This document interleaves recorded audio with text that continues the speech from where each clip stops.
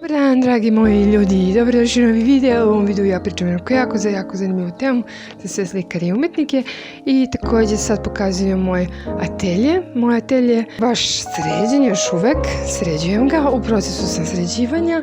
Nisam baš nešto najbolje rešila grejanjem u ateljevu, tako da je hladno. Zagrejem ja taj atelje grejalicom, ipak prizemlje kuće i ja se nalazim na zapadnoj strani moga grada gdje apsolutno nema sunca zimi. Tako da eto, imam tu mentalnu barijeru da uđem u atelje i da radim, ali sada ćem zime, sigurno ću rešiti sistem grejanja. Uglavnom u ovom videu mi pričamo o jako zanimljivoj temi, a tema se zove izgladnjivanje umetnika ili izgladnjali umetnik. Uglavnom, kako bi to na engleskom preveli starving artist. Neću pričati engleskom, nemojte se brinete u ovom videu, nego čisto pričam kako su nas od malena ubeđivali kako svi su umetnici gladni, kako oni nemaju posla, umetnik je jednako klošar. Tako u našem sistemu je izgrađena ta slika, ako se bavite umetnošću, to je stvarno jako problematično. Ja sam u prethodnim videima pričala kako nije problematično, kako su umetnici korisni, bla bla. Te neke priče su i kod mene duboko ukorenjene. Ja slikam vikendima najviše, jer radnim danima imam svoj posao, radim kao UX UI product designer i generalno volim ja svoj posao, samo me je to krivo zato što stvarno slikanje ono gdje sam ja u potpunosti ja. Pustim radio, skuvam kafu i izgubim se u slici i za mene je to, da kažem, način na koji ja zaista planiram da provedem cijel svoj ostatak života. Dizajn je usko povezan sa slikarstvom, ali vi čim uđete u industriju, čim uđete u neku firmu, tu vam je kreativnost jako ograničena i opet postajete deo nekog sistema, to je deo nekog kolektiva i nemate vi 100% tu slobodu.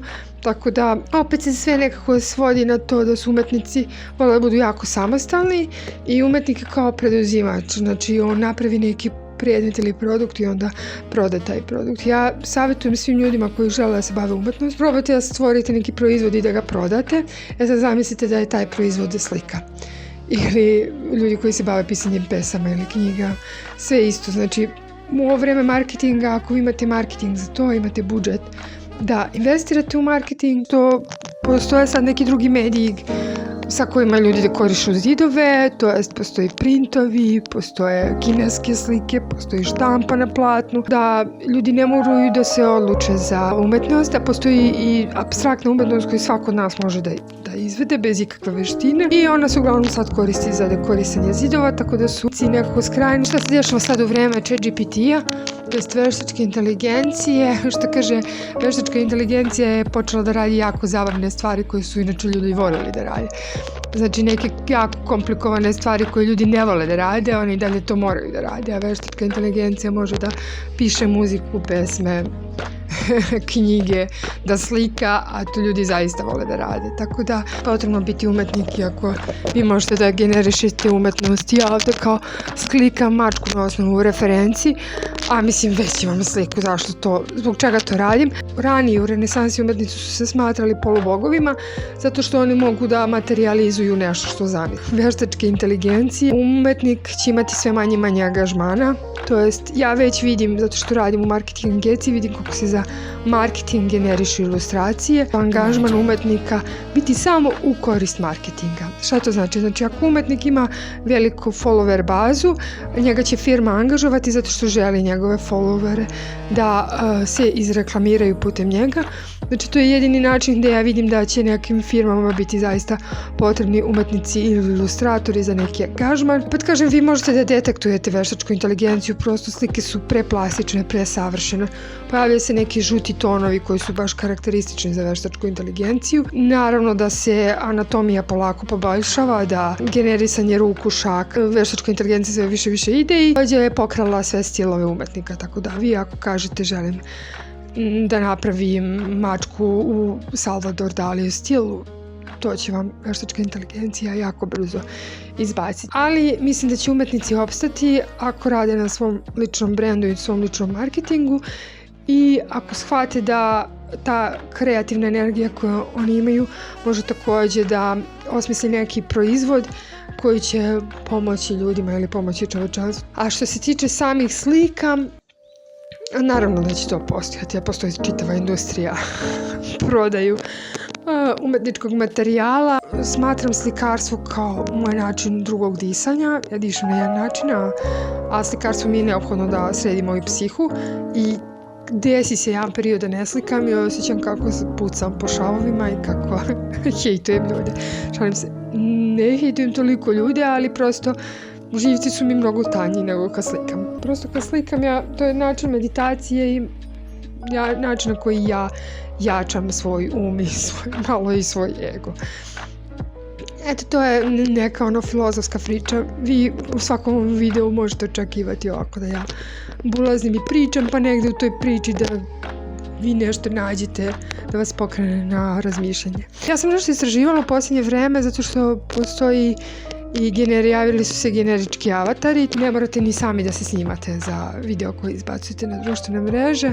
Postoje avatari koji je potpuno identičan kao čovjek i postoji gomila generičkog materijala koji može da se izbaci na društvene mreže i to će u budućnosti sve biti mnogo više profesionalno, tako da vi možete da izgenerišete tog avatara da slika i onda izbacite tu sliku. Ova moja predviđanja nisu toliko strašna zato što postoji jedan segment gde AI nikad neće moći da bukvalno bude umetnik, zato što AI nema emociju problema, to jest može da imitira ili mimikuje emociju, ali ljudske emocije su mnogo kompleksne i ljudski životi su priče za sebe, tako da baš da izgeneriše totalno onako život i emociju i vi kad pratite društvenu mrežu da se poistovetite, možda bude čak zbog toga ponovo se vratimo na neki sistem kao što je bilo ranije, da čovek poznaje čoveka i poznaje priče i ide na izložbe, a ne da bude 24/7 na društvenim mrežama. Možda se ponovo vrati taj sistem iz razloga što će sav kontent na društvenim mrežama biti proizveden od strane AI-a. Kako sam zadubila u priču, ali hoću da kažem da koliko slikate ili pišete ili svirate, nemojte da ustajete zbog AI, kao AI može to čemu sav moj trud. Prosto mislim da će ljudi naći neki izlaz iz situacije tog, da kažem, stvaralačkog beznađa i da će da naprave neki novi sistem po kome umetnici funkcionišu. I samo da kažem, malo da prekinem priču, pa ću se vratiti. Ja radim sa akrilom na platnu, ali zadnji sloj ću raditi uljem, tako da prve slojeve možete uraditi akrilom i zatim završne slojeve uljem. I radim na platnu. Platno je kupljeno kod Kineza, ono već ima preparaturu na sebi, ali kad radite sa akrilom, akril vam igra ulogu te preparature. Jako zanimljivo raditi sa uljem taj završni sloj, možete da napravite finu teksturu. Ja ovdje pravim teksturu od lačica što bi se reklo, i ulje vam omogućava da pravite baš jako fine tanke linijice. Mislim, možete to i akrilom, ali nekako je meni mnogo lepše da se pravi, ne znam, staklaste oči ili tanke dlačice kao brkovi ili dlake na teksturi sa uljem, tako da pokušajte da radite, znači, prvo poslikavanje akrilom, zato što tu možete brže da ispravljate greškice i na kraju te neke detalje da radite završen sloj sa uljem. I naravno kad ste umetnik se živo biće, onda polako i kao što ja i bulazite i pričate i skupljate publiku i prosto kada se pojavi ta ogromna količina veštačkog generisanih avatara koji vode društvene mreže, vi ćete možda da se izdvojite iz te mase. Slobodno ostavite komentar u opisu ovog videa šta vi mislite o tome, nadam se da vam se svidjela ova slika. Lajkujte i pretplatite se na ovaj kanal, to mnogo znači kao autoru, mada ako nas veštačka inteligencija savlada, vidimo se samo na otvaranju mojih izložbi. Šalim se. Ljubim vas puno, vi ste najdivnija publika.